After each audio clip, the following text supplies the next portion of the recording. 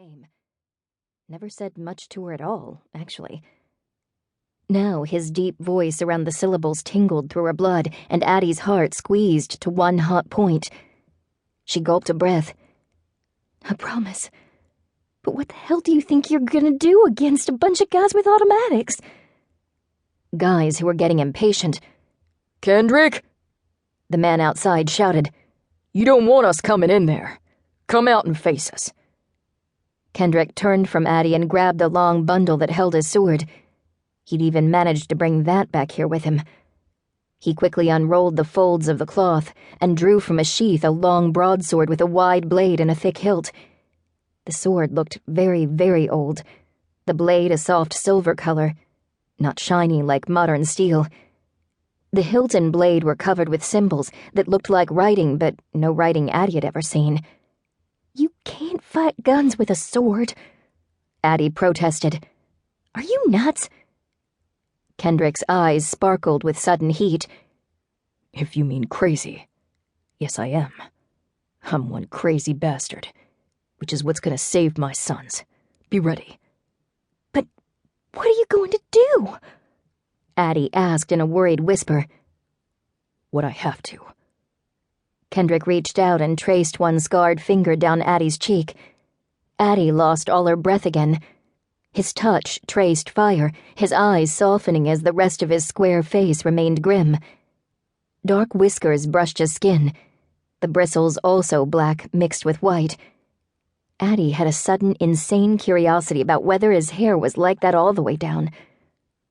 The look in Kendrick's eyes changed to one of consternation, and Addie realized she'd become fixed in place, staring at him.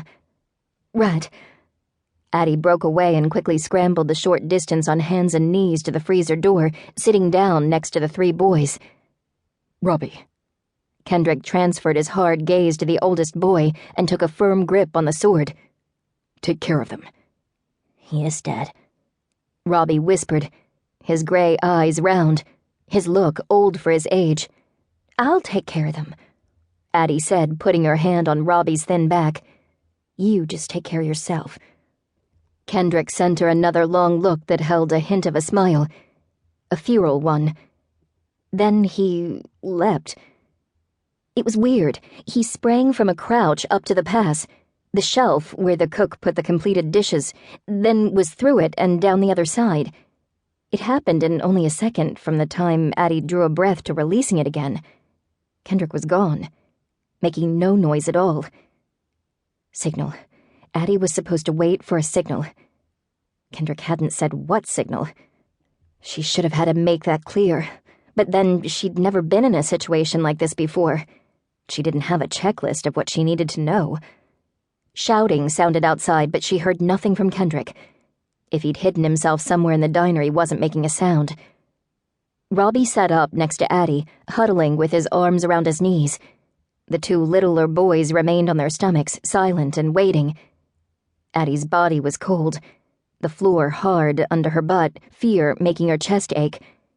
She put her arm around Robbie, but he didn't lean into her. He was trying to be brave, but she felt him shiver. The kids shouldn't be here. She had to get them to safety, call the police or the sheriff or at least 911. But as Addie had realized, her cell phone was across the room, in her locker along with her purse. She kept the keys to her car in her pocket, but the rest of her life was in the small locker on the other side of the kitchen. More shouting came from outside, men's voices raised in anger. Then gunshots, violence boiling around her world. All at once a man screamed, the sound high, harsh, and full of terror. Had that been Kendrick? Please, no. Addie's heart thudded until it sickened her. Another male scream came, and then a long, low growling filled the spaces between the noise, like a wild beast on the loose. At the animal sound, the boys perked up. Brett and Zane sat up, eyes sparkling. Robbie even grinned. The growling escalated and became snarls of vicious rage.